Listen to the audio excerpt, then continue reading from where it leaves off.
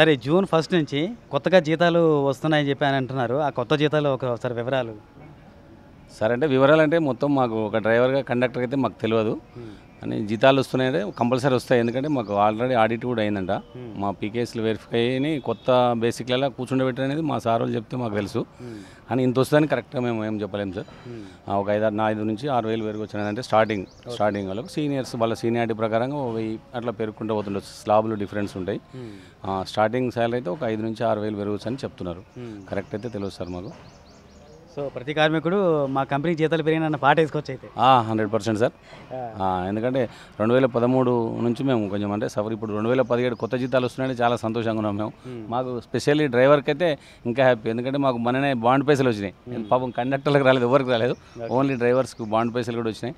కొంచెం ఆపత్కాలంలో కొంచెం అట్లా సార్ డ్రైవర్లు హ్యాపీ. కానీ కొంచెం కండక్టర్లు నర్వస్ ఉన్నారు, వాళ్ళకి కూడా ఇచ్చే ప్రయత్నం చేస్తున్నారని తెలిసింది. Okay sir. మీరేం సార్ ప్రోటోకాల్? నేను డ్రైవరే సార్, కాకపోతే నేను safety driving instructor sir. Driver safety కోసం కేఎంపీఎల్ విషయము, యాక్సిడెంట్స్, ట్రాఫిక్ సిగ్నల్స్ కానీ, సెల్ ఫోన్ డ్రైవింగ్ కానీ ఇవన్నీ కొంచెం ఫంక్షనాలిటీ గురించి మా సార్ చెప్పిన సూచనలు నేను వాళ్ళకి చెప్తుంటా డ్రైవర్. కానీ ఎడిషనల్ డ్రైవరేనా అది. Okay sir. ఓకే.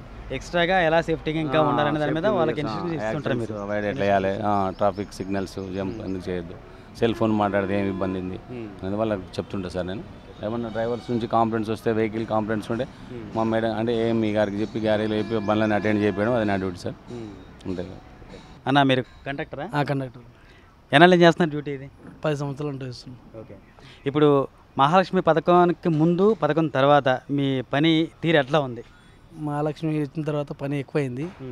అప్పుడు పబ్లిక్ తక్కువ ఉంటుంటే ఇప్పుడు పబ్లిక్ ఎక్కువ ఉన్నారు. మేము దాని తగ్గట్లా మేము పని చేస్తున్నాం. వాళ్ళ మీద రిస్క్ లేకుండా, వాళ్ళని ఏమనకుండా మంచిగా టికెట్లు ఇచ్చి మంచిగా ఎక్కి వెళ్తున్నాం. ప్రతి స్టేజ్లో ఆపి వాళ్ళని తీసుకుంటున్నాం. అడిగిన చోట దింపుతున్నాము. దగ్గర ట్రాఫిక్ ఇబ్బంది ఉన్న దగ్గర అక్కడ ఆపలేము, కొంచెం స్టేజ్ ముందుకు పోయి ఆపుతున్నాము. స్టేజ్ దగ్గరనే వాళ్ళు రిక్వెస్ట్ అయిపోయి కదా కొంచెం ఇబ్బంది అయింది ఆ ట్రాఫిక్ వల్ల, కొంచెం స్టేజ్ కాడ ఆపుతున్నాం.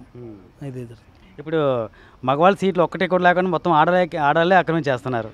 సో వాళ్ళ వెనకాల డోర్లు కూడా ఎక్కుతున్నారు. మరి ఆ టైంలో మీరు ఇచ్చే సూచన సలహాలు వాళ్ళకి ఏముంటాయి? మరి కొంచెం ముందు జెంట్స్కు కొంచెం వదిలేసి కూర్చోండి అని చెప్తున్నాము.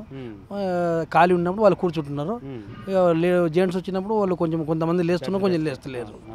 ఇక మనం చెప్పలేము కదా, ఇద్దరికి చెప్పలేము కదా, వాళ్ళకి చెప్పలేము, వీళ్ళకి చెప్పలేము. ఆ విధంగా కొంచెం సర్దుకు చెప్పుకుని అడ్జస్ట్మెంట్ చేస్తున్నాం. ఇద్దరికి కొంచెం ముందు కూర్చోండి అమ్మ, లేడీస్ జెంట్స్ కొంచెం వదిలేయండి అని చెప్తున్నాం. కొంచెం అర్థం ముసలోళ్ళు ఉంటేనే అట్లే కూర్చుంటారు, కొంచెం పిల్లలు ఉంటే కొంచెం ముందు పోయి కూర్చుంటారు. వాళ్ళకు కూడా మర్యాద ఇస్తున్నాం, వీళ్ళకి మర్యాద ఇస్తున్నాం. ఇద్దరికి ఇస్తున్నాం. ఇద్దరు సమానమే కదా, మాకు డబ్బులు ఇచ్చేవాళ్ళు సమానమే, మహిళలు ఇద్దరు సమానమే. ఇద్దరికి ఏం చెప్పలేము మేము. ఆ విధంగా అడ్జస్ట్మెంట్ చేయించుకుంటాం దగ్గర ఉండాలంటే. ఇప్పుడు మీరు బస్సులో ప్రాక్టికల్గా మీరు వెళ్తున్నప్పుడు కొంతమంది తాగుబోతులు వాళ్ళు మీతో గొడవపడుతుంటారు. ఆ టైంలో మీరు ఎలా సహనం వహిస్తారు? మీరు సహనం అంటే మేము ఓపికగా ఉంటాము, చెప్తాము. వాళ్ళు తిడతా ఉంటారు, తాగి తిడతా ఉంటారు. పక్కల ప్యాసింజర్ వాళ్ళు అర్థం చేసుకొని వాళ్ళని ఇట్లా బాబు నీ తప్పు అని చెప్పి వాళ్ళని తిడతారు. వాళ్ళు ప్యాసింజరే, మేము చెప్పకుండా పక్కన ఉన్న వాళ్ళే చెప్తారు. మేము వాళ్ళని ఏమనలేము. వాళ్ళని ఏమనంటే ఇంకా ఉల్టా మరి రివర్స్ చేస్తాడు. తాగి ఉన్నాడు కాబట్టి వాడు అర్థం చేసుకోడు. ఆ విధంగా పక్క ప్యాసింజర్ని చెప్పి ఇద్దరం సర్దుకొని అడ్జస్ట్మెంట్ అయిపోతాం. ఇక మేమైతే వాళ్ళ మీద కోపం చేసుకోము. ఇక ఎవరో ఒకరు చేసుకుంటారని మేమైతే చేసుకోను. అంతే. ఇప్పుడు ఈ డిపోకి సంబంధించి రఘు సార్ అంటే అందరినీ పిల్లలాగా ట్రీట్ చేసి ఆయన సలహాలు ఇచ్చి ఆత్మీయంగా అందరితో ఉండి కలిసిపోయి చేస్తారు కదా. ఇంకా సార్ మీకోసం ఏం చేయాలని కోరుకుంటారు? సార్ ఎంత చేసినా తక్కువైనా మాకు. అంటే సార్ మాకు ఇది చేస్తే బాగుంటుందని చెప్పి ఈ సందర్భంగా మీరు చెప్తున్నా. మేము అడగముందే సారే చేసి పెడతాడు, మేమేమి అడిగే అవసరం లేదు. అదే ఇంకా మీరేమని అనుకుంటే కనుక ఇలా అనుకునే సారే ముందే అనుకుంటాడు. ఇక్కడ షెడ్యూల్ లేకుండా షెడ్ వేయించిండు, ఆ పైన ఫ్యాన్ లేకుండా ఫ్యాన్ వేయించిండు, ఇదంతా పార్క్ చెట్లన్నీ సాఫ్ చేయించి మొత్తం క్లీన్ చేయించిండు. సార్ మేమేమనుకుంటామో సారే మాకు సూత్రధారులకి. మేము అనుకున్నది ముందే సారే చేసి పారేస్తాడు. మేమేం అడుగుతాం? ఇక అడగడానికి ఛాన్స్ ఇవ్వడు సార్. ఇప్పుడు సార్ రాకముందు ఉన్నారా ఈ డిపోలో? అంతకుముందు రాకముందు ఉన్నారు కదా. ఇప్పుడు సార్ రాకముందు వచ్చిన తర్వాత డిపోలో వచ్చిన మార్పులు ఏంటి? మార్పులు అంటే ముందు సార్ ఏదైనా తప్పు చేసినా సార్ మాకు చిన్న పరిశుభ్రంగా చాలా చేసిండే సార్. ఇది ఎందుకంటే ఇది మొత్తం కొద్దిగా కచరా ఇవి మొత్తం చెట్లు జర అవి ఉండే. ఈ సార్ వచ్చినప్పుడు సంది కొద్దిగా చెట్లని ఇట్లా అంతా సాఫ్ చేసి కొద్దిగా మట్టి రోడ్ ఉండే సార్, అంతా సిమెంట్ రోడ్ వేసి అంతా నీట్గా పరిశుభ్రంగా చేసాడు సార్. సార్ వచ్చినప్పుడు సంది చాలా డీపా బాగా చేశాడు.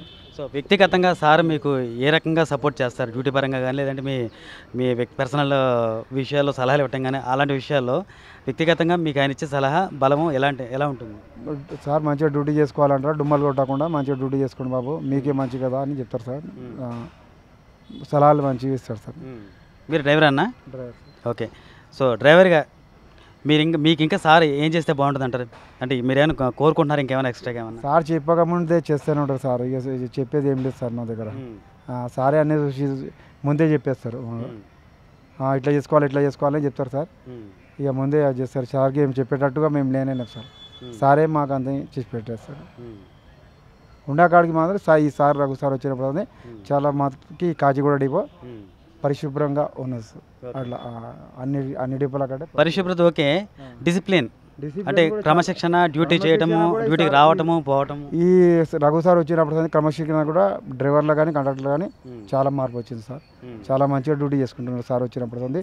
డుమ్మలు కూడా ఎక్కువ కొట్టారు సార్, మంచిగా చేసుకుంటారు సార్. కూడా చెప్తారని మేము కూడా మంచిగా చేసుకుంటాం డ్యూటీ కూడా. ఎక్కువ డుమ్మలు అనేది ఉండదు సార్. ఆయన వ్యక్తిగతంగా ఎంత మంచివారు దేవుళ్ళు అంటారో వృత్తిపరంగా వచ్చేసరికి నరరూప రాక్షసులా ఉంటారని చెప్పని ఒక మాట. అంటే డ్యూటీ కానీ మిస్ అయితే మటుకు చాలా దారుణంగా సార్ మీకు ట్రీట్ చేస్తారని చెప్పి అని తెలిసింది. సో ఆ విషయం మీద అట్లా మాకేమో అంటే డ్యూటీకి రాకపోతే కనుక ట్రీట్మెంట్ వేరే విధంగా ఉంటుందని చెప్పి ఏమో సార్ మాకు తెలియదు, కానీ అలాంటి పరిస్థితి మాత్రం ఇప్పటిదాకా రాలేదు. మంచిగా సార్ మాత్రం చాలా మంచిగా అది చేస్తారు. ఓకే. సాటి డ్రైవర్గా మీరు సాటి డ్రైవర్లకు ఇచ్చే సూచన సలహాలు ఏంటి? మంచిగా డ్యూటీకి టైంకి టైం రావాలి, టైంకి పరిశుభ్రంగా మనం అది చేసుకోవాలి డ్యూటీ అన్నట్టుగా చెప్తాం సార్. అంతే మంచిగా టైంకి వచ్చి మన డ్యూటీ మనం అది చేసుకుంటే ఏది అది ఉండదు కదా. మన ఫ్యామిలీకి మంచిగా ఉంటుంది, మనకు కూడా మంచిగా ఉంటుంది, మా డిపార్ట్మెంట్ కూడా బాగుంటుంది కదా సార్. మీ సీనియర్ ఎన్నాలన్నా ఆర్టీసీలో? 12 సంవత్సరాలు సార్. 15 సంవత్సరాలు. సో మీకు మొత్తం హ్యాపీగానే ఉందా? హ్యాపీగా ఉంది.